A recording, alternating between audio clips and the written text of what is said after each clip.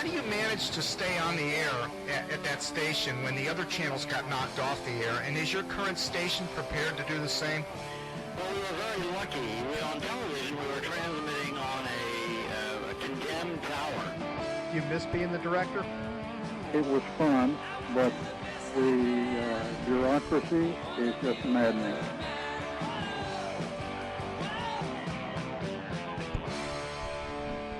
Welcome to the wonderful world of high technology. Okay, good evening, everybody, and welcome to another edition of the Weather in the Media Show. I'm Jim Williams. I'm here with Jim Leonard in the studio, and Derek Sibley came up from Hollywood. And I don't know if did you guys hear if Michael Locke was heading up here? Or? I don't know. He was going to try, but he had to work late, maybe 7 or later. All right, to my right is Jim Leonard. You all know him. He's been on the show a couple of times, and Derek Sibley as well over here to my far right. And Michael Locke might be coming up here. He's down in Miami, and he might come up and give his insight to storm chasing. But tonight's subject, and I don't want to take too much time tonight talking about Emily because, let's face it, this might end up being a non-story when it's all said and done. This video is going to be up for 3 months, so I don't want to take too much time on Emily tonight, although you feel free. You notice the phone number is scrolling at the top of the screen along with the email address. Call in at any time. We have a light here. I don't know if I can't really see it that well, but you guys might be able to see it blinking, and then we'll answer the phone if somebody wants to call in. What stimulated this show here is Derek worked for me a couple weeks ago, and we got into this discussion about what scenarios would unfold. If a Cat 5 is coming in from this angle, what would you do? Would you want to chase it? Would you want to stay put? So go up on A1A and go get it. Yeah. But, you know, before we get into that, the chasing scenarios, Derek, what was your thinking on this storm now? What do you Listen, I don't think they're progging it as what they're drawing out to be. Did I say That's it right? it? You didn't say it right at all. Oh, man. Man. I was trying to copy it from that guy. Let's play this you one. need to play it so I can try to get it right. right. All right, here it is. This is from Hurricane Andrew, the old man that says it's not going to be any big deal. Be kidding me. The old man isn't working. On. We got to get that going on. somehow. The old man probably be croaked in that time. I had the old man booted up here. Boo. Everything's working but the old man. I can't believe this. Oh, no, I'll pull up YouTube on my laptop. Goodbye, everyone. Nope, that's not it. No, it's not. Let me say this to you. I don't think this hurricane is... Let me say this to you. I don't think this hurricane is going to be as bad as what they're drawing out to be. Okay, I think it's... Let me say this to you. Wait a minute. It starts out... I don't think this hurricane is going to be... This Earth hurricane is going to be as bad as they say it is, as they're saying it is, and I completely You got to do it again. Let me do it again. Let me say this to you. I don't think this hurricane is going to be as bad as they're drawing out. Well, that describes my solution on Emily. I really don't think it's going to be a piece of crap moving through the Caribbean, and that's it. Okay, let me try this again. Let me say this to you. I don't think this Earth hurricane is going to be as bad as they say it's going to be, and I can't. Let me say this to you. I don't think this hurricane is going to be as bad as they're drawing out. It's really hard to copy that guy. I'm going to be honest with you. You know. Let me say this to you. I don't think this Earth hurricane is going to be as bad as they're making it out to be. Well, I thought drawing out was the last. Drawing out. Let me play it again. Bill, you're going to take a shot at this next, so you better be listening. Let me say this to you. I don't think this hurricane is... Oh, I cut off. As they're drawing out. No. And you got to at the end there, too. You got to have that in there. Jim, you want to take a shot at it? I'll pass on that one. All right, let me try it again. Let me say this to you. I don't think this Earth hurricane is going to be as bad as what they're drawing out to be. That's perfect. I got play it it again. I think I got it. Let me say this to you. I don't think this hurricane is going to be as bad as they're drawing out. All right, Bill, your turn. All right, Bill, you want to give it a shot? Let me say this to you. I don't think this hurricane's going to be as bad as they're drawing out. Yeah, but you left something out. He thinks it's an earthquake at first. He goes, I don't think this hurricane is going to be as bad as they're saying. Right. Here, let me listen to it one more time. Let me say this to you. I don't think this hurricane is going to be as bad as as they're drawing out. All right, give it one more shot, Bill. I can't. All right. I don't think this hurricane is going to be as bad as they're drawing out. Yeah. Something is broken. All right, let's get to business here. Okay, let's talk about real. Let's go back to studio cam. All right. Now we are. The main reason we're doing this show is to talk about storm chasing and hurricanes. And like I said, Derek was working for me a couple weeks ago, and we had all these scenarios coming up. What if it's coming in like this? What if it's a Cat 5? What if it's Category 2 coming in from the east, or nighttime, and all these scenarios. Personally, I really don't want to run into a major hurricane if it's hitting here. I think this camera can, once I get it switched over to generator, can at the very least, even if it's not live on Ustream, on our Ustream channel that you're watching right now, it will be recorded not only to Ustream, but, well, it probably won't be recorded to Ustream, but it'll be recorded to the hard drive, and I'll have it all without my voice or anything. It'll just be raw video of the wind and the rain and everything hitting that thing. It'll be really cool. And I'll play it or put the archive up at Hurricane City when it's all said and done. But for me personally, I really don't want to run into the hurricane if it's a major hurricane hitting here. I'm going to stay put. However, I've thought about all these different scenarios. Like my range is if it's from West Palm Beach to North Miami, I'm staying put right here because I can get the footage from my tower cam. I can maybe wander around the neighborhood and take video live on Ustream. But I'm going to do all my video on the road from the iPhone here. And this has a live streamer on it for Ustream, and I can record this. There's a special rack I have in the truck that keeps this above the dashboard, and it'll aim right out the window and film everything, sound, video, everything for you to hear what's going on. And then I have these battery packs like this that'll keep it charged because the Ustream app drains the iPhones, so these things will give it an extra hour for every one of these battery packs. So I'll be able to go maybe 4 hours and keep recharging them on the cigarette lighter as I'm filming live. So you'll be able to watch that from my dashboard. But now Jim, he's a storm chaser that doesn't do anything live. He's just got the camera and films everything for DVD and that sort of thing. And so he's not really equipped to go live. But Derek's going to be with Jim apparently when there's a hurricane hitting, depending on the scenario, and been pushing his own live feed, which we're going to have restreaming at Hurricane City, which is another reason I'd like to be here. But if I'm out on the road, Bill will take over the stream, and he'll be streaming my stream and Derek's stream for you to see as the hurricane is taking place. But might have a little bit of a test run, maybe several days out, a week out. Well, now, but here's the thing, Derek. You and I talked about the big one coming in, the Category 5. And I'm not saying 91L is going to turn into that, but if we get one from the east southeast or the east coming in due east, and it's nighttime, what are you guys going to do? I know you said you're going to find a parking garage and blah blah blah, but I mean, tell me your scenario. Well, see, the Category 5 thing at night. I told you before I was going to think twice about that. Okay, what time at night? What would it come in, like 2 o'clock in the morning, somewhere overnight, or 5 a.m. like Andrew did, or? Let's say a 4 a.m., a 3 a.m. deal where it's coming in. It's going to be light in a few hours, moving but slowly, the hurricane fast. will be passed by the time the sun comes out. But okay, it's basically a nighttime deal. You're Right. going to be filming the worst conditions in the dark. Well, let's say if it's... Jim, may I take Derek to task here before you get started? Yeah, Shouldn't go. it matter? I mean, even if it's 8 o'clock at night, it's already pitch black. If you got any darkness at all, shouldn't you guys question being out there because you guys can't see the flying debris?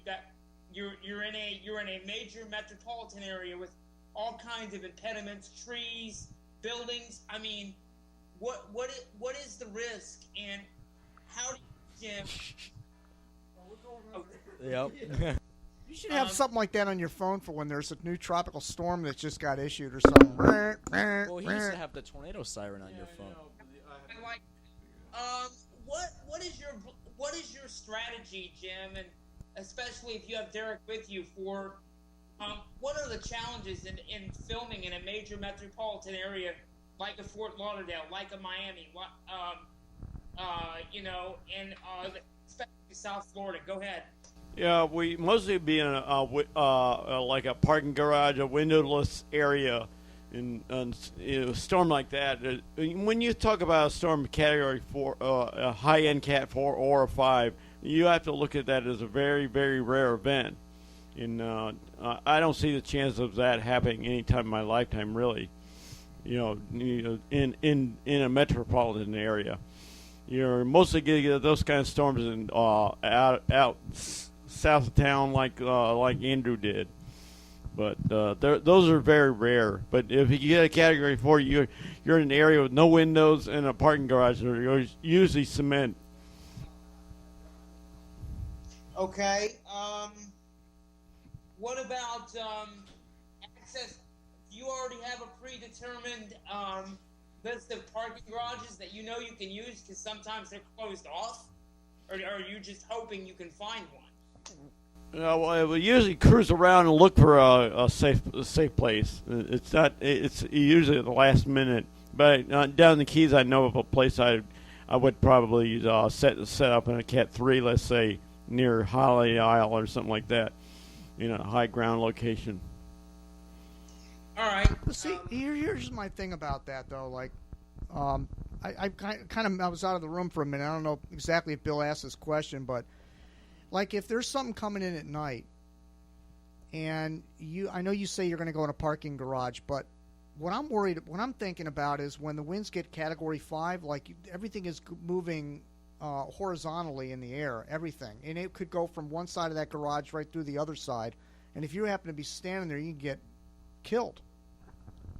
Yeah, the closest call I had was probably one of the closest calls was Hurricane Ivan in west side of Pensacola. It was strong end Cat 3 winds there for several hours. I was alongside of a bank building. I was outside in that, and the wind veered from east to south, east to south. And it didn't get calm where I can relocate, but it was pretty. It was kind of scary there for a while because pieces of the bank were coming apart around me at the time. You said you were a little bit scared in that storm too, right? Yeah, I was a little bit concerned because I just lost a window in Charlie a couple weeks before that. So, a window in the van, and I was thinking, oh, here it goes again. At 2 o'clock in the morning, I'm going to lose a window. Or what are the chances of me getting hit by something coming through the window on my side or the driver's side? That always stuck in my mind. But so far, I've been lucky on that. Jim, how do you get your information when you're on the road? Do you have a laptop? Do you use the iPhone? Or what exactly do you use to get the radar information? I'm usually getting it from on the radio. It's not very sophisticated at all, but this year I'll have the iPhone with me. I'll get the radar updates and see what the eye wall looks like when it's coming in. Don't get any moisture on your fingers. It won't work. Yeah, I've been noticing that greasy fingers when I have fried chicken. That doesn't go good with an iPhone at all. No, that thing doesn't respond too well.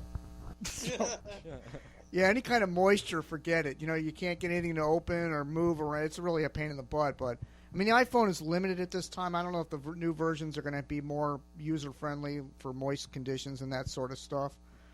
But yeah, I was wondering if it was just me or if it was normal, because I noticed that to myself just in the last few weeks. I was like, what's wrong with this piece of garbage? Yeah. Now, here's another thing, Jim, when you're chasing, like, I noticed in your George video, you were outside in the wind, like you were aiming into the wind with that camera. What were you using? Was that some kind of a housing that you put around that? The Sony has what they call a sports pack. You can actually take it underwater 16 feet, but it was I stuck it outside the wall. I was in a carport of this house. It was a perfect setup, and I just stuck the camera in my hands out in the wind and got that shot. And the camera didn't get damaged at all? The camera was completely sealed up, inside. Now, see, I was looking at those. For anybody that wants to chase out there, if you're going to step out of your car, naturally you don't want to do it with your regular video camera. It's going to get ruined in like seconds. But I looked on the internet for these cases, and it seems like they're making them now to where they're designed for your specific camera. Or is there, like, did you use one that could use on any camera? Yeah, it was mainly for that model camera at the time. It was a Hi8 at the time. It was back in '98. But now I got one for one of my digital cameras that works real good. Okay. I was looking at the prices. Derek and I were looking at that the other day, and they were like $300. Well, anywhere from $100 to $300, depending on the model and make and all that. Right, that's the price range. Then you get into the underwater housing that costs more than the camera. All right, now, Derek, what do you? If Jim says I want to go to the Florida Keys and there's a Category 5 hurricane coming in, what are you guys doing? What are you going to argue there? What's going to happen there? I'm going to let Jim go on that. I mean, if it's a Category 5 hurricane, I think, Jim, you said if it was like in Key West, a parking garage down there. But me, I wouldn't go to the Keys at all, especially if it was at night. Even in the daytime, if it was a Category 5, I wouldn't go because it's too dangerous like that. Even if you think that parking garage, I mean, wouldn't you think all that water is going to rise up? Because the Keys are very vulnerable to storm surge. I'd set up on the third or higher floor in any storm like that, but most people will tell me they think I'm crazy for even thinking I'm going after a storm like that. But, it's just a possibility. But like I say, it's a very, very rare event. So I don't think about it too much. Right. Yeah. See, that's what, from my concern, Bill and I have talked about this, like maybe me going to the beach and trying to get footage over there. But what worries me about the ocean shot, and I don't know if some of you have the same problem up there where you live. You might be in the Northeast, like Fred up there in Long Island. Do you have bridges that you have to cross over to get to your coastal areas, and would the police even let you get in there? Jim and I have talked about that, about the police blocking roads off, not letting you into certain areas. They have curfews and all that stuff, too. Yeah. It's hard to get through those areas. Yeah, see, that's my fear. I could get over there. I'm thinking, okay, maybe right when they're ready to issue a warning, the police aren't quite set up yet. You could sneak into where you need to go, but then getting back might be a problem, or you might just be completely trapped because of the rising water. Your route to the location might be underwater, too, on the way back. We had that happen in Hurricane Kate back in '85 up in the Florida Panhandle. The surge came in, but our escape route was underwater, and that made it real tricky getting out of there. The car conked out 3 times, and we almost had to abandon the car and leave it there.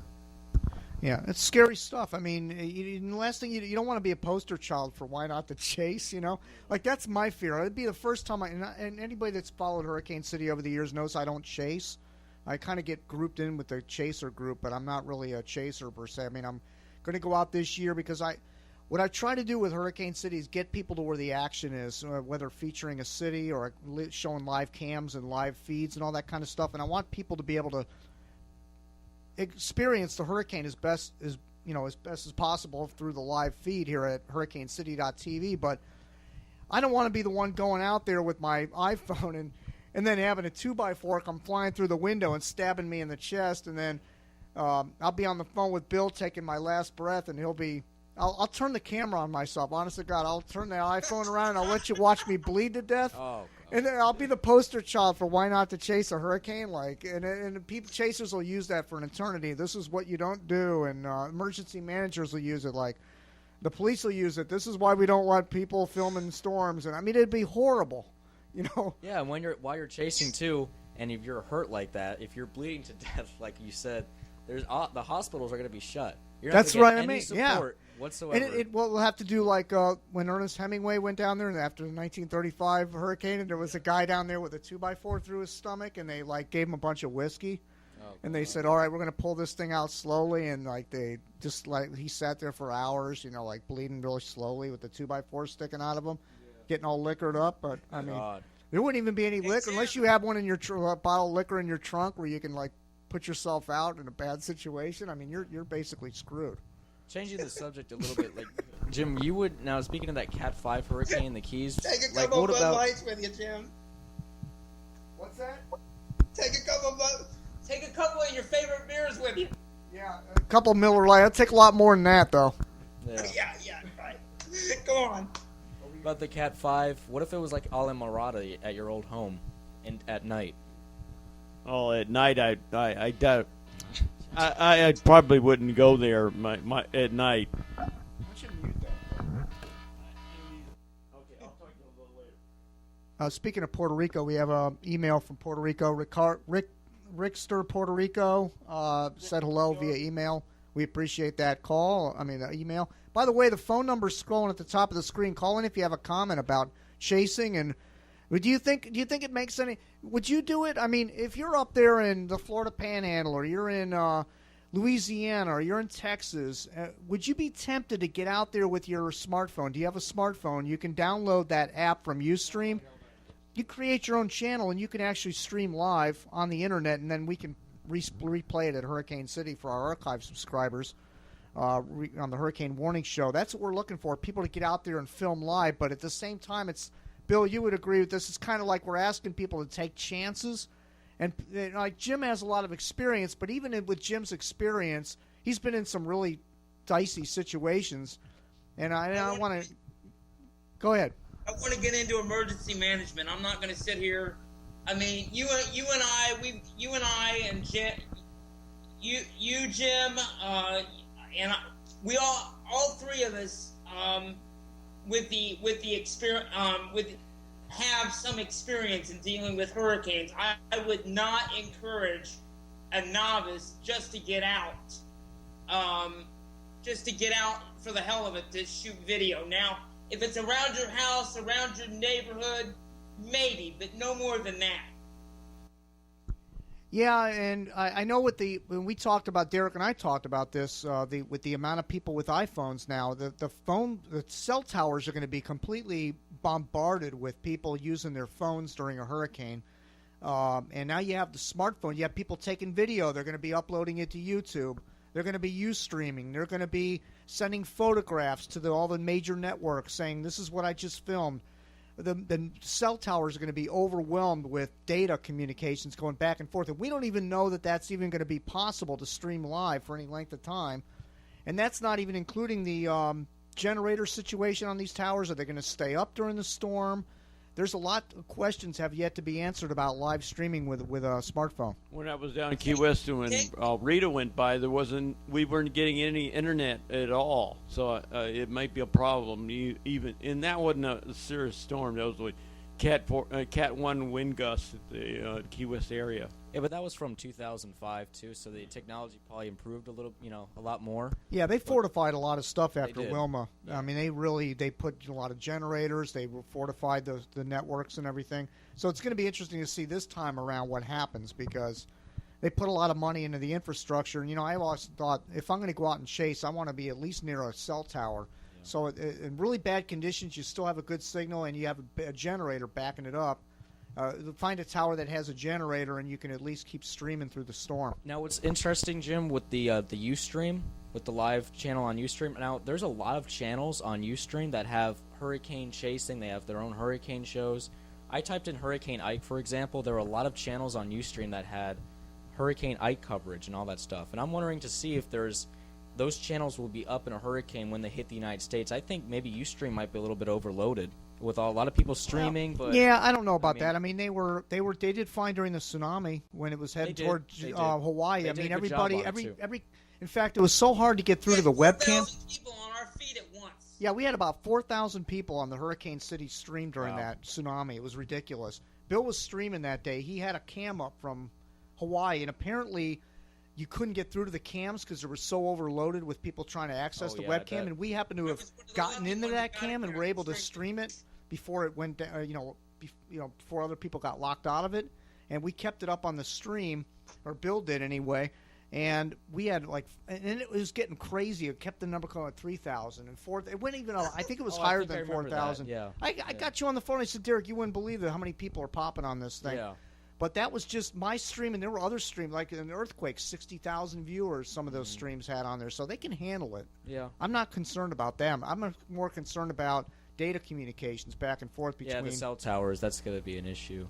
I mean, I heard. I was reading up Verizon and AT&T. They said they had these generators, but who knows if they're true or not? You know, they're just making to make a buck. No, I think they do have the generators. The question is, how long can they run? Yeah. I don't think all cell towers have the generators. I mean, there's basic cell towers out there. Like when me and you were on that job site, there was a generator on that cell tower on that the one in North Miami. I think that was at. We have an email here from Cameron Johnson. My name is Cameron. I would like to become a meteorologist. I'm 14 years old and love the weather. I am planning to go to college for a doctorate in atmospheric sciences. Anyway, I live in Palm Coast, Florida, located near Flagler County, about 18 miles north of Daytona. What, if any, will be the effects of Emily? Will we even have a tropical storm force winds? Will there be a need for shutters? No. The models, I got to tell you something. I think this is going to go one of two ways. I think either this is going to remain really, really weak and maybe make it into the Gulf. And I think if it starts to develop and tries to achieve hurricane status and maybe cuts through Hispaniola, I think Central Florida might have to worry about this more than South Florida. Because I think at that point it would be making its turn. And I think it would be southeastern United States deal, and it would start at Central Florida. As for hurricanes, I think if it's Category 1, and I know the Hurricane Center hates comments like this, but being gone through Category 1 hurricanes several times, the need for shutters I don't think is really that important. When you get up to Category, because for every category, Category 2 is going to give you basically Category 1 winds at the surface. Category 1 is going to give you mainly tropical storm force winds, so the need for shutters for a Category 1, I wouldn't worry about it, but if it's going to be Category 2, I'd think about it. Definitely Category 3, you want to shutter your house because you're going to get sustained Category 2 winds with gusts to Category 3, and then, of course, the higher up you go the scale, the more sustained winds you get down at the surface. But Category 1's a real dicey situation, with shuttering and things. I think it's a lot of aggravation for winds that aren't going to break your windows. Yeah, and there's there's a split differences still with the models. Like some of them, they still take it south, they take it north, or some of them right offshore Florida. Some of them take it inland over Florida. So it's just it's still a little bit ways out. Like you said before, Jim, the 5-day cone. Especially the first one is really not that great. And yeah, that's what Jim was saying. Yeah, we learned that from Hurricane Ike. Remember how it pointed right over South Florida as Category 4? Yeah. That never happened. That was about 3 or 4 days out. Yeah. Right. Yeah. And that was only 3 day 4s out. So this cone could shift further south, it could shift further north, and they all base it from the models, obviously. Right. So if it goes stronger, it's going to go a little bit more north, but it goes weaker, it's going to head more south and west. So. I think it also, if it stays in the Caribbean, it'll probably stay weak, if not degenerate somewhat when it gets further over. Well, but if it goes north of the islands, it'll probably go up to a Cat 1 storm. Well, let's put it this Ladies way. and gentlemen, let's see what we're dealing with when we get this thing beyond Hispaniola. This is from Tony Marcovina. And if you develop a liking for weather, especially hurricanes, you are eventually going to go out in one. I live on Long Island and will find a way. However, advice is what I seek, what situation to avoid, positioning during stages of the storm. And that brings up the point about where do you stand in a hurricane. Now, who had the video, Jim, of he was parked next to a building thinking he was safe, and then the roof fell on top of him, or almost fell on top of him. What was that video? That was a Mexico storm, right? Was that? Oh, that was Hurricane. Was it Canna? Canna. Yeah, that was in Jeff Mackley. Yeah, he's standing. Now he wears a helmet. That's smart. Yeah. I mean, that would be another thing. If I was going to stand outside, I'd have a helmet on because you never know what's going to come and pelt you in the head. But, and Derek, I brought up another scenario about you're in a parking garage, but what if you're next to a friggin' ball bearing factory or something? I mean, you don't know what's going to come flying into that garage. Jim, have you been in any parking garages where there's been a lot of mobile home or any of that place where you get a lot of flying debris and it might hit you in the head or something like that? No, I haven't had any problem in a parking garage yet, but my biggest worry is down power lines and stuff like that. And nails on the road, pop your tire. Okay, Scott Ellis commented in email. By the way, you can call anytime. The phone number is scrolling at the top of the screen, but you can also email if you're too shy to call in. There's no way that the cell network, no matter who your carrier is going to be able to carry the amount of traffic we see that all the time in Oklahoma City when TV stations are just chasing tornadoes. Wow. Is that true, Jim? Have you ever heard about anything in Oklahoma where the cell towers can't handle the amount of people calling? I'm sure they get strained, but I haven't heard of that so far yet in my travels out there. Bobby, she's all excited over this. Of course, that's the 5-day cone and the first cone, but still impressive, and it makes her giggle. All right, we got a caller. Let's go ahead and take that. Okay. Caller, Hello? go ahead. Hey, Who is this? this is Mike from Gulfport. All right, Mike, thanks for calling in. What are your thoughts tonight? Well, my thoughts are there's actually, I know you've said in the past the CMC model is a pretty good model. I don't know how it's doing this year. But do you think that CMC model is a possibility? Well, you know, the CMC, wasn't that the first one that really shifted toward Florida on this system when it Yeah, was I that think well so. out? I'm not sure. Yes, Jim, we were talking about that yesterday. Yeah, so the Canadian can't be discounted. I mean, it keeps it a weak system, and it kind of mirrors the ECMWF, which is also a good model. Yeah. What is you said something, I think we were talking through Facebook, and you were saying something to the fact that it's a possibility that this thing could actually move into the Gulf. That high-pressure ridge moves over. Yeah. Yeah, I think if it remains weak, if it doesn't, I think if this thing stays around 50 miles an hour or less, I think it's going to go into the Gulf. That's my call. I think if it strengthens more than that, it's going to go more poleward. Yeah. I talked to the guy at the National Weather Service over in Slidell, and he told me that if the thing stays weak, it'll come in the Gulf. If it gets stronger, it's going to be pulled up by that trough. Yeah, I agree with that. Yeah. One thing I think I might do if it gets far west into the Gulf and takes the Caribbean route, it'll take the southern route because that high that has caused that heat waves all summer long is pretty tight up there. Yeah, so it might have a chance to go into Mexico. Gets under that ridge. Well, that's right. Well, that's the other thing. I mean, he's in Gulfport. That doesn't necessarily mean it's going to head up into the northern Gulf. At that point, the door might shut. This thing might just cruise west, you know? It's too long range yet to see if it's going to go in the Gulf. I mean, it's not even hitting the island. It's just spurting heavy rains over the islands right now. So we got a long time to watch it. Oh, by the way, Mike, I did see your messages in Facebook, but I'm horrible with Facebook. I, ignore it a lot of the time. I'm so busy updating Twitter and doing my videos and updating Hurricane City. Facebook is the last thing. I usually use that for my comments occasionally, but really probably the message board or Hurricane City is the best place to pick my brain rather than the Facebook thing, because I don't. But I appreciate your show and everything, and I also kind of watch Mark Sudduth over at Hurricane Track a lot too. Yeah. We use his images a lot on the hurricane warning shows, and he's got. I like his idea of deploying a camera that you don't have to stand in front of it and get killed, and you get out of the way. He did that for Katrina. The only thing is, I love what Mark does, but Derek and I have talked about this. There's got to be a way to compact everything. He has these big cases that he straps to poles, and in Katrina they just got trashed, and there's got to be a more compact way of putting those remote cams up that are a little more reliable. And I don't know, I'm sure he's working on that, but if I hit the lottery, believe me, I'll come up with a way to put remote cams that are really small and satellite feed on them. Yep. But anyway, thanks for the call, and we'll keep in touch if that thing heads in the northern Gulf, definitely. Okay, man. All right, take it easy. All right. Thanks for calling. All right. Let me go through more of these emails. This is from Fred up in Long Island. I have an SAL later, Jim. You got it? No, I'll let you know when I have it. I'm working on it. All right. One thing I've noticed that the African dust here in Florida, South Florida, has been a lot less this year than we've seen in other years. True. That's true. So true. That's going to bear. Jim, you got a caller. Okay. I think you lost. Do we have a caller? Hey there, Jim. It's Bobby. Hey, Bobby. Thanks for calling in. Thank you. Good show. Well, what are your thoughts? What are my thoughts?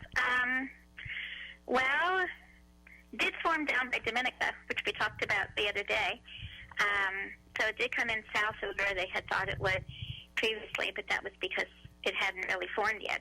So they were off on the timing. So how do we know for sure, we're off on the timing? It came together gorgeous tonight. I guess it would have to sustain that overnight and look really great to know how confidence Jim do you really crazy have now. in Saturday at 2 p.m. over some of those cities that you picked, like, up along Fort Lauderdale? It's really, 5 days out. It's hard to tell. We're Do thinking you of think it's really that developed? Do you think that they have, these new modeling will come in that's a little more accurate, or? Well, they canceled that high-altitude aircraft yesterday. They never flew that thing. Oh, Yeah, I know. And when they get that thing back out again, I'm away from the computer. You want to look up to see if they're sending that thing out against the NOAA 49?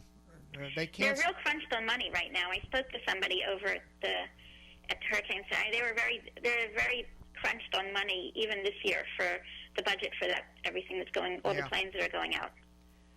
I'm hoping that's not going to affect the data that comes and goes. But I mean, they already got problems. They had data problems the other day. They had to turn back. I hope they get it. Everything. They were trying to do away with the recon a few years ago, but some congressman from Florida stepped in there and got it back on track again.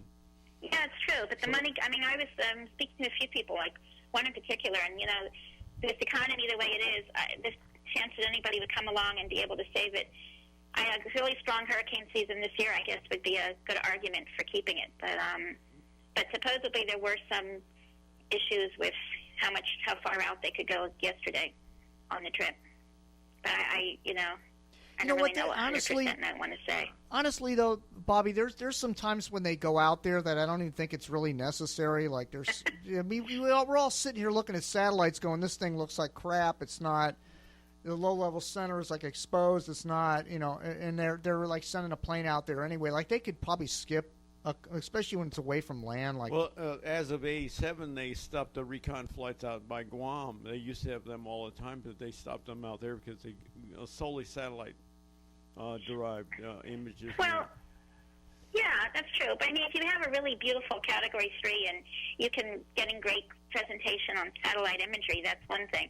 The storm yesterday, the way it looked yesterday and this morning was like pretty pathetic. Crap. Really. But as bad as I've seen. It's recovered from life support. I think it's on the verge of doing that. So I wish they would have like a radio controlled buoy that they could just move it around. They could just move it like they could stay in the center of the storm and just move along with it. Like they were talking about using remote control planes back in the Pacific. I don't know if they've used them. They need to use something like that. Yeah, they do. Well, they have them in the Atlantic now. The little drones you're talking about. Something like the drones. They take them. But there's the budget crunch has hurt a lot in other areas. There's one of the news groups I'm on from some of the meteorologists. They were complaining down in the islands that a lot of the sites are down and they're not getting accurate data at the islands themselves. I mean, in the Leeward Islands and different places. It's not the data that we get is not there. A lot of those places do rely on recon, and they were very upset that they didn't get data yesterday from the plane. Which sort of hard to understand. Some story about somebody that was waiting for, like a technician is supposed to come in from Germany and work on something, and they're down there on the islands, and they basically don't have any real data. They're relying on the Hurricane Center to send out the plane, and it seemed a little strange, but it's true. Yeah, the Caribbean, a lot of times it's hard to get data information over there, and it's hard enough to get them back out, get it on your computer, but for them just to getting on their computer first, it's way too hard too. The Caribbean's been like that for like years, right, Jim? Just to get information out of there. Yeah, it's brutal. I mean, they're limited radars. You got so many different countries that are in charge of those islands down there. Yep. The Bahamas is the most maddening of all of them because they don't have any radar. They don't have any observation. They have like two observations. Their government website, it looks like some type of advertisement for like an American TV channel or something. Which site was that? One of their weather sites is like. Oh yeah. Seriously. And that guy Wayne Neely I had on from the Weather Service in Bahamas on one of the shows, I keep telling him I'll send you my camera. I had this little camera that's not there anymore. It used to be up on the shelf. That I would send it to you. I'll give it to you. Just put it up at the Weather Service, stick it out the window so we can see what's going on over there. Oh, I don't want to bother with it. It's typical like Weather Service people. They don't want to bother with technical stuff, Yeah. I don't know. Well, anyway, Bobby, let me let you. You're not much of a chaser, huh, Jim? You know what? I just don't want to. I don't want to get killed, I mean, I keep thinking, like, okay, tropical storm, Cat 1, Cat 2, yeah, okay, we can deal with that. But when it gets up Cat 3, I mean, all you have to do is look at the Charlie video of those guys with all that debris flying in the air. And then think of that even magnified even more in a Category 5 that's much bigger and lasted for 6 hours like that. And how many things can hit you and break your windows in your car and everything else? Do you Tower cam. You still think the Florida Keys are pretty out of it this year, or was the scenario coming through maybe the storm or another storm would ride the edge of the high through the Keys up into the Gulf? Jim, you want to handle that one? Well, the Keys are always a threat. You have to be prepared down there because there's nowhere to go except on the mainland, Miami or something like that. But yeah, even if it didn't go to the Keys, they still evacuate people. Yeah. Like if it's like the Emily track where they're showing right now up toward Florida, they're still going to tell, voluntary evacuations. At least Isla Mirada North, no? Right, voluntary evacuations that would be established if that track would occur. Yeah, they have 3-day notice down there for any storm. Right, and they've been burned many times over the years because of that. But we all shouldn't get too excited and hyped up on this first track. I guarantee you this is going to shift. Okay, so let me ask the three of you. There's three of you there. Okay, then we got to go because we got a lot of emails to read here. Go ahead. Let me ask the three of you, each one of you, if you could say what you think where Emily more likely is going to go, east or west of this track. All right, who wants to go first? I think it's probably it all depends. Like if it's a strong system or a weak system. If it's a stronger system, it's probably going to go a little bit east of that. If it's a weaker system, we're not dealing west. with what ifs here. She wants a direct. What is it, Bobby? A stronger system or a weaker system? Which one? We all know if it's We all know if it's a stronger system, it's going to go further north. If it's going to, I'm just gut feeling. She wants you to put your ass on the line. I know she does. Wants you to make an ass out of yourself. Badly. I mean, it's like we're talking 6 days away, 5 days away. Come on. She wants you to put your whole life savings on it, which isn't very much. Screw it. Go ahead. All right, I'll make the call. Go ahead. You'll come back to me. I'll say it's a weak system that's going to degenerate into an exposed piece of crap that's going to just go through the Florida Straits. Not the Florida Straits, like Cuba. South of Cuba. It's going to go into the possibly the Yucatan Channel, and it's just never going to amount to anything. That's my opinion. Really? Yeah. As of today. That's my guess. If I had to gamble, I would say that that's the most likely scenario at this point in time. What does Jim Leonard think? I'm pretty much just in agreement with Jim because I've seen these type of storms before, and they tend to do exactly what he's saying they do. Because it's early in the year. If it was later in the season, I would be more likely a stronger front, stronger storm. Yeah. But being late July, early August type track, it'll probably being in the Caribbean, Eastern Caribbean, they tend to go west, and they degenerate about 70, 75 west. Yep, Derek. Probably make the call. Okay. Make the call. I will. Probably. It's gonna. I think it's gonna be a weak system. It's probably all the models take it over Hispaniola, and some of the models take it over Eastern Cuba. I think it's probably gonna go right through those islands and probably not do too much, and probably might go into the Gulf of Mexico, maybe similar to the Canadian model.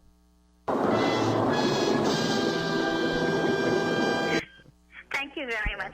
All right, but Bobby, we'll see what happens. All right, Bobby, thanks for calling in. Take care. All right, Bye-bye. see you later. Fred was asking a question here.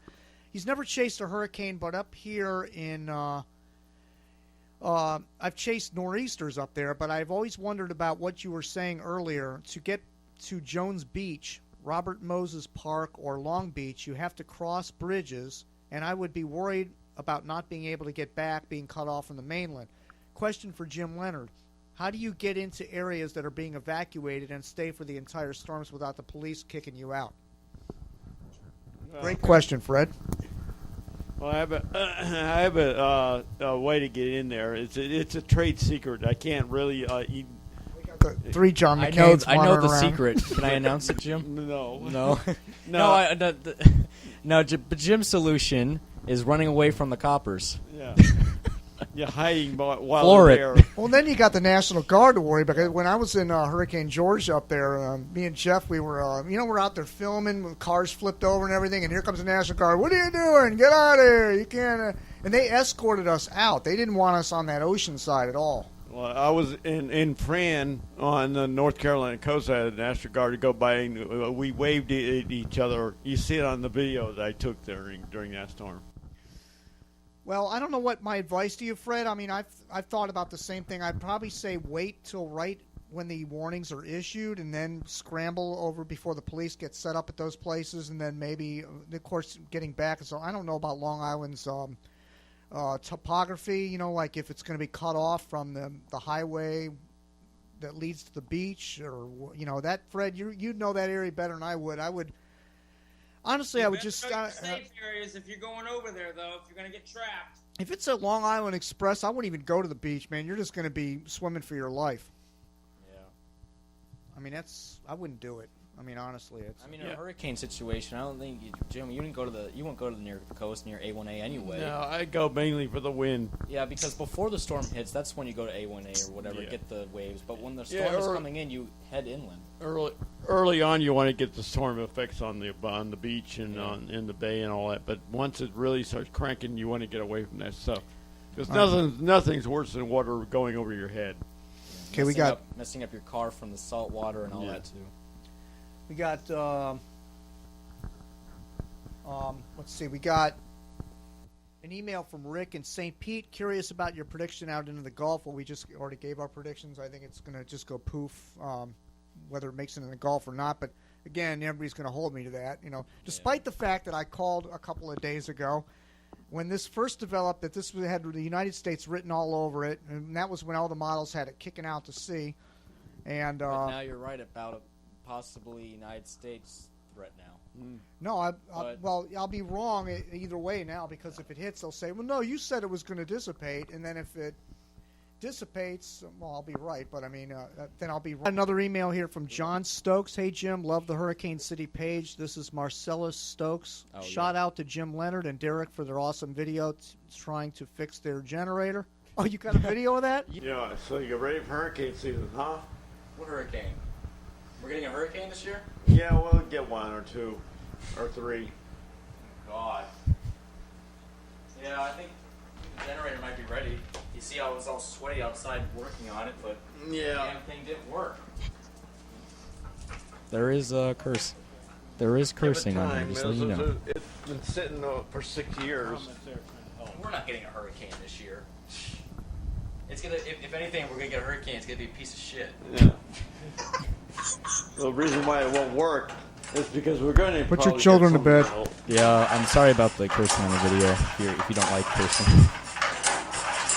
it's what happens when you don't keep it operated properly.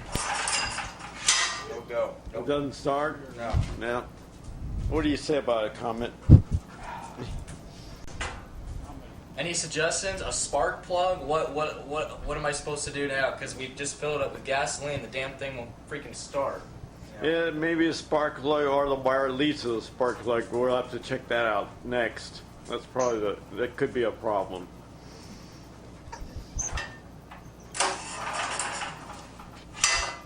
Yeah, it sounds like there's no sparking to the ignition. It's like a long. Wait, now I had the. That time I'm such a dunce. I had the engine switched off. Yeah. I'm not being bothered turning it back on because it didn't even work anyway. No, I know, but we had the engine switch on and it still didn't start. Yeah. Anyway, that's Danny is tagged on here. Daniel, Marcellus. I didn't forget you this time. Mike Lacka. And Jack Bevan's keeping an eye on our. Yeah, Jack Bevan. And that wave in the Atlantic. Yeah, watch that. This is a bad luck charm for that wave in the Atlantic. You know what? And I was right, wasn't I? What do you say about that comment? Any comments? Oh, Michael from Boynton Beach. Any comments? He's on this too. Yeah. Let me zoom in on the troubled computer. It didn't work. We don't know what it is. Yeah. So we'll check the spark plug next time. Yeah, Danny, give me some suggestions. How do I start this shit? We tried it. So I told you. Now, we gotta get Shane Adams over here. Maybe he can help us. Yeah, he'd figure it out.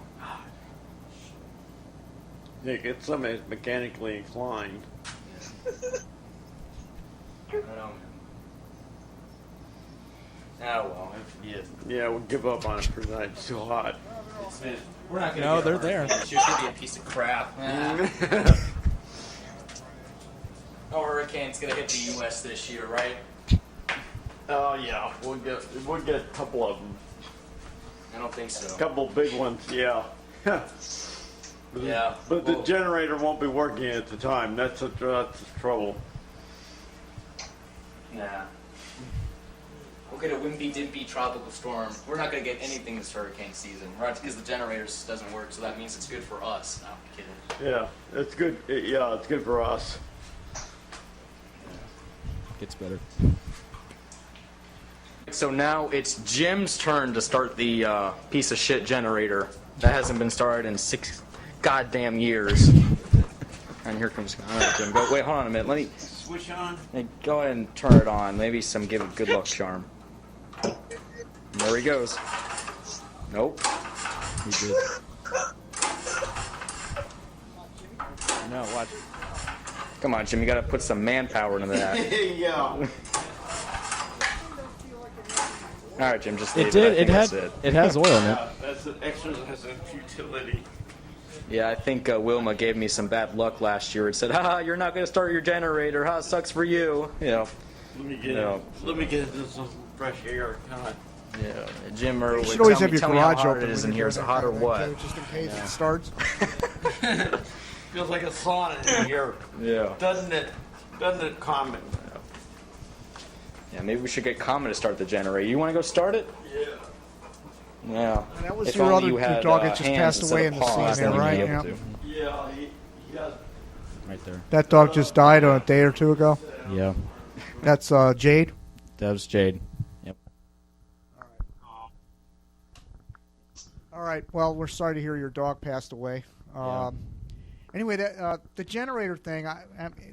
We played that video because that's really good for this show because there's so many people that might be watching this Emily out there right now and thinking, "Oh man, I didn't check my generator." Well, what I do with my generator out back, I drain all the gas out of it. I turn the carburetor off when it's running and just let all the gas drain out. And I start it every 3 months.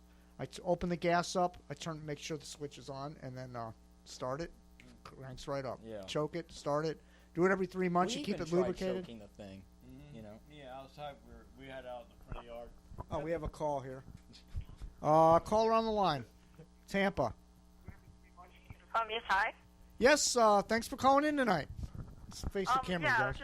I'm from Tampa, and I was just hoping to see what the effects of Emily are going to be. Everybody's Well, asking that.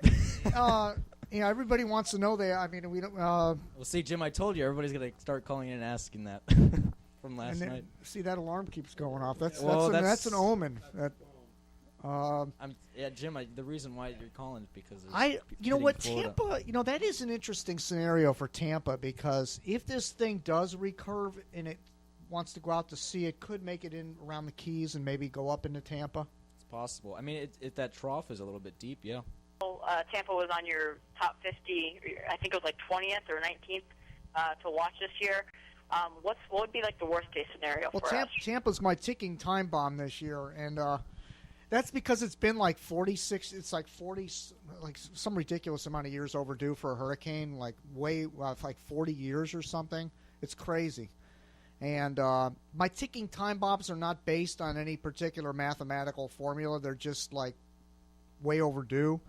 And the thing about Tampa, though, and the southwest Florida coast, they tend to get hit on years when it's kind of slower hurricane seasons. Usually southwest Florida gets hit. And I know Charlie hit there in a kind of an active season, so there's always an anomaly. But if you go back and look at history, all the way up back to the late 1800s, they always get hit when it's slow hurricane seasons on the west coast of Florida. I don't know why that is. Maybe there's a trough always set up on the east coast, and there's a lot of El Nino years, a lot of wind shear. You get systems late in the year that cut across the state of Florida. They get a lot of that kind of thing. We're looking at it Okay. right now. All right, well, thanks for calling in. And, get ready in Tampa. I mean, you could have something cut across the state and nail you. So. Okay, and one last quick question. When's like the west coast of Florida is most likely time to be hit during the year? I would think Probably October. October. Yeah, October. Yep. Okay. Jim, I've got some thank you. stats on Tampa for this lady. quick from your database, really quick. And Yeah, I'm just looking. Go ahead. Let's see. Longest time period, longest gap between storms is roughly 9 years. Average years between direct hits, usually within 40 miles, is. You talking now the hurricanes or named storms? Named storms. Named storms.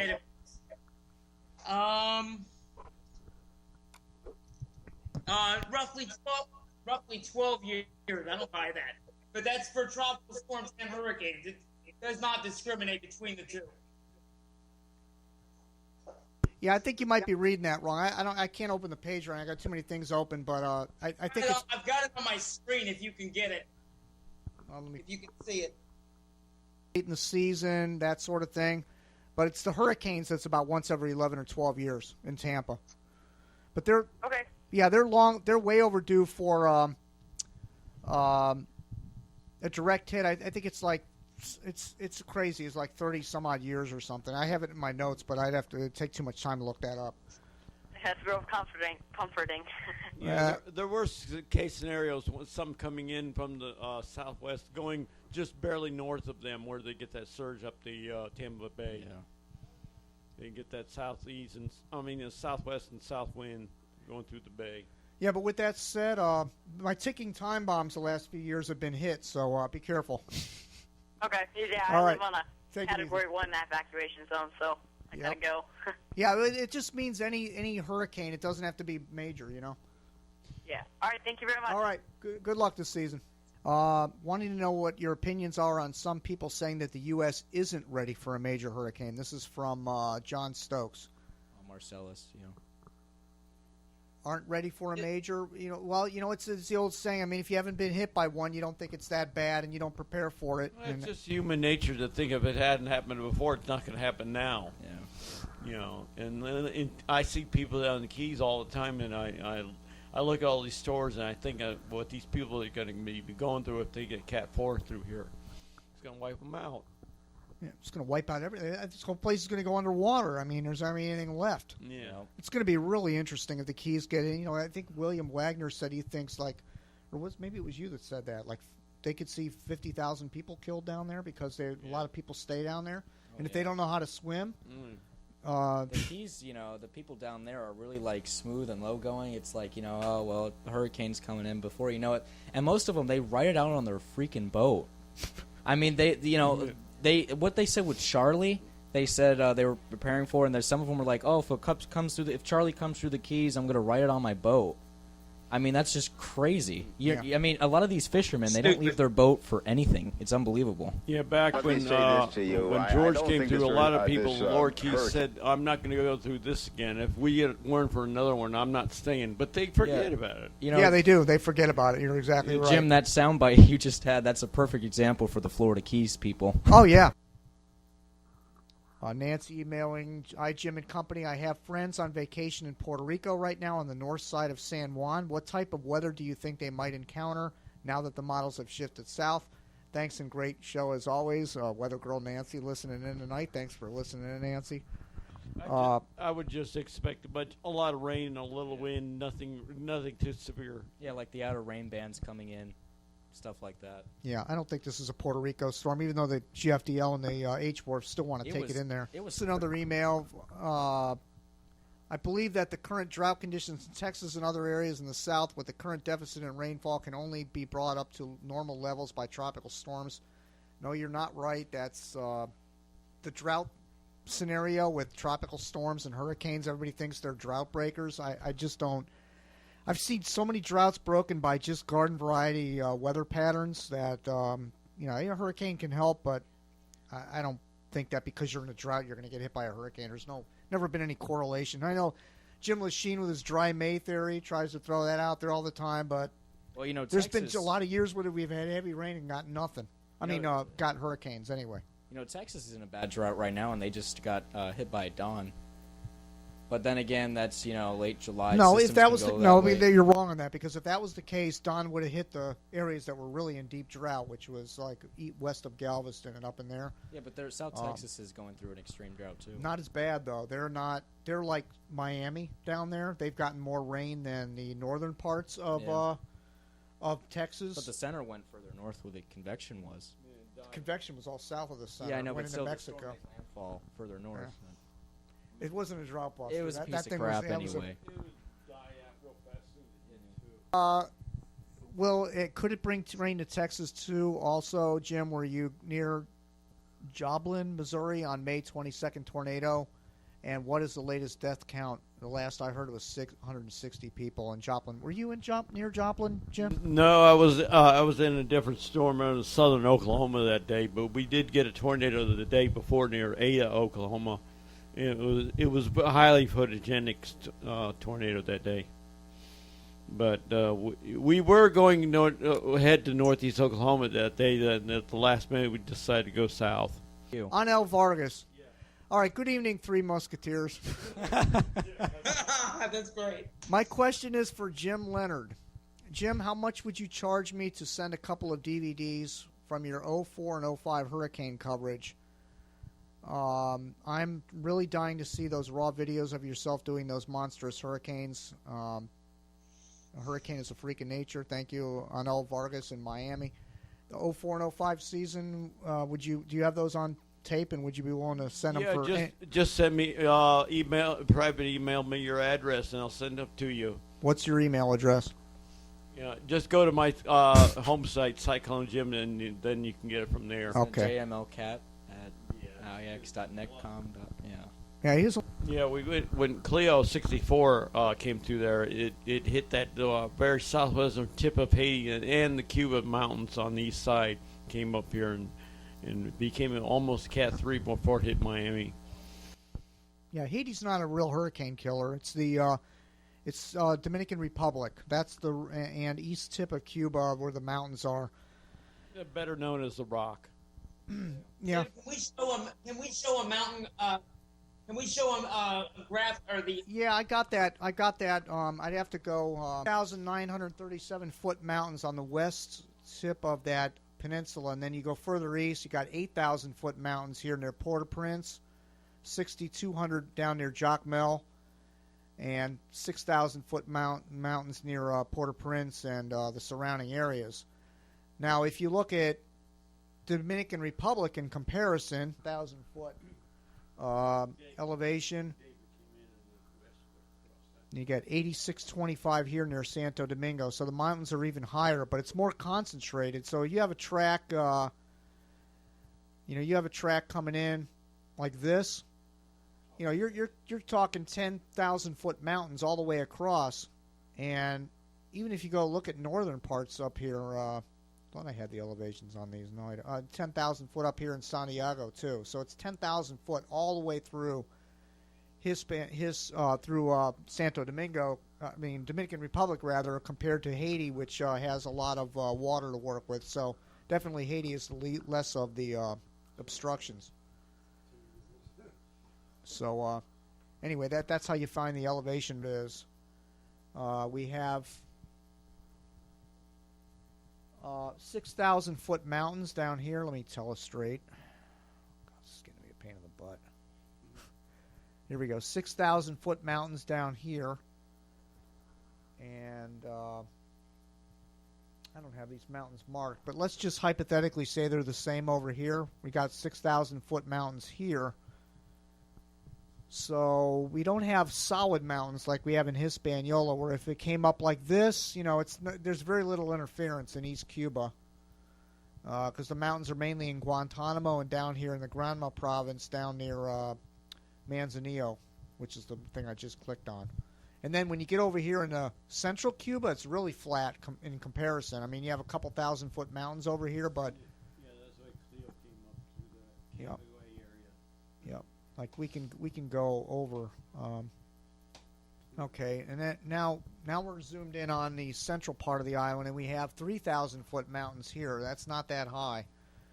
Again, Central Park, we're talking 3,000-foot mountains. And again, sporadic. It's not constant. It's not all filled with mountains here. And it's a skinny, we're only talking 50, 75 miles wide here of land for it to go over. So if it goes over Dominican Republic, it's pretty much toast. A few more emails here.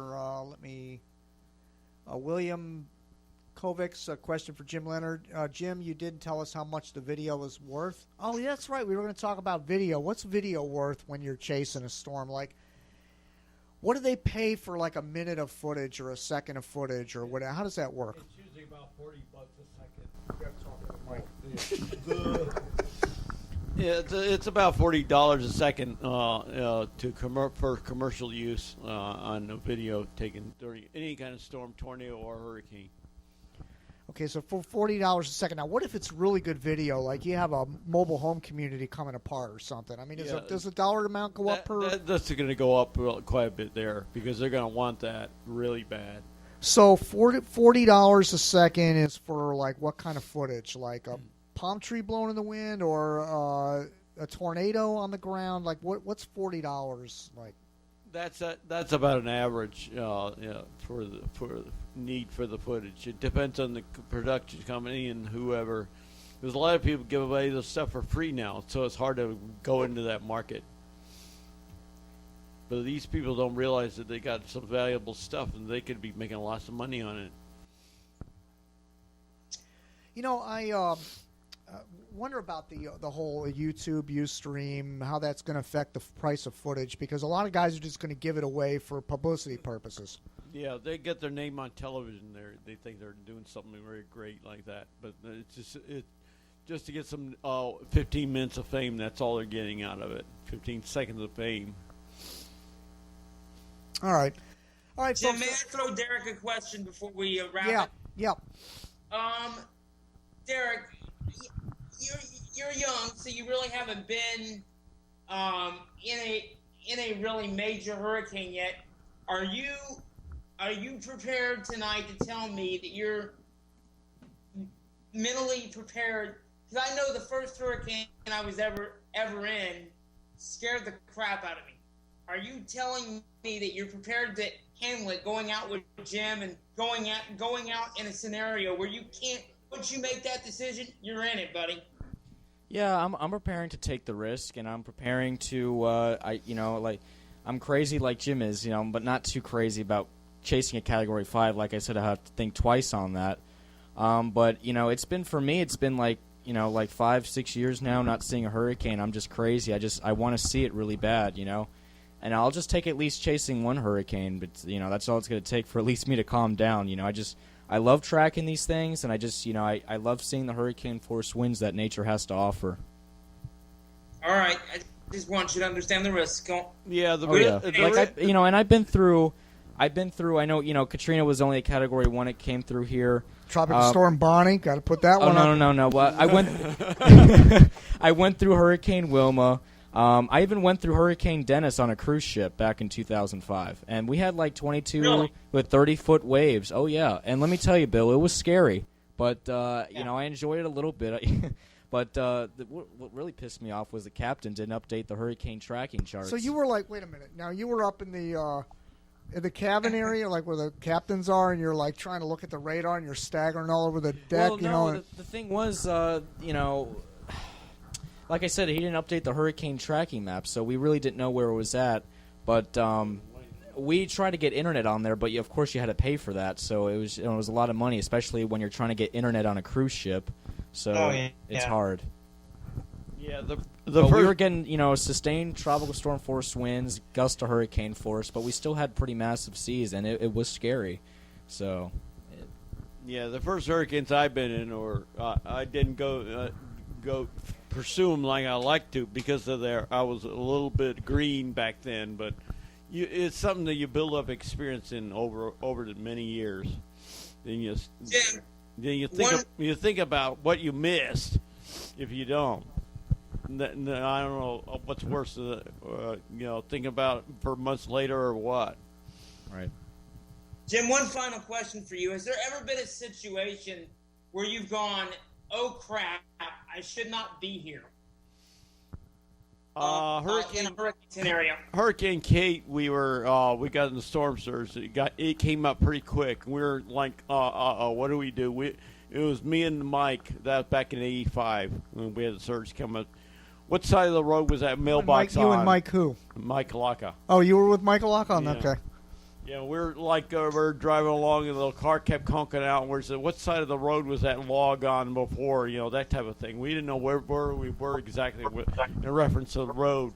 Because another friend of ours, Terry Nixon, his truck nosedived into a pothole that he didn't know was there. And when it was too late for him, he had to abandon his truck and all his equipment and everything. Oh, really? Lost everything, huh? Yeah. Wow. Well, pothole. That's the risk. Was it storm surge generated pothole, or was it just like a?